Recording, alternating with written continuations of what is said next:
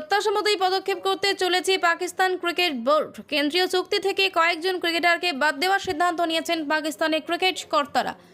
চুক্তিবদ্ধ ক্রিকেটারের সংখ্যা কমানোর সিদ্ধান্ত নেওয়া হয়েছে। কারা বাদ পড়বেন সেই তালিকা প্রায় তৈরি। চুক্তির তালিকা নিয়ে আশঙ্কায় রয়েছেন বাবর আজমেরা। তাদের জন্য একটি ভালো খবর থাকতে পারে। শেষবার 27 জন ক্রিকেটারের সঙ্গে চুক্তি করেছিল পিসিবি। এবার সেই সংখ্যা অনেকটাই কমতে চলেছে বলে খবর। জাতীয় দলের একাধিক ক্রিকেটারের ফিটনেসে খুশি নন লাল বলে কোচ গ্যারি কাস্টেন এবং সাদা বলের কোচ জেসন গিলেস্পি। বেশ কিছুদিন ধরে সব ধরনের ক্রিকেটে পাক ক্রিকেটারদের পারফরমেন্সও ভালো নয়। গত একদিনের বিশ্বকাপ এবং টি-20 বিশ্বকাপে বাবরদের ব্যর্থতায় অসন্তুষ্ট ছিলেন পিসিবি কর্তারা। বাংলাদেশের কাছে ঘরের মাঠে টেস্ট সিরিজে 0-2 ব্যবধানের 7 মাসুদের দল হারের পর আর নরম মনোভাব দেখাতে নারাজ পিসিবি কর্তারা। নতুন চুক্তির ক্ষেত্রে দুই কোচের রিপোর্টকে গুরুত্ব দেওয়া হবে।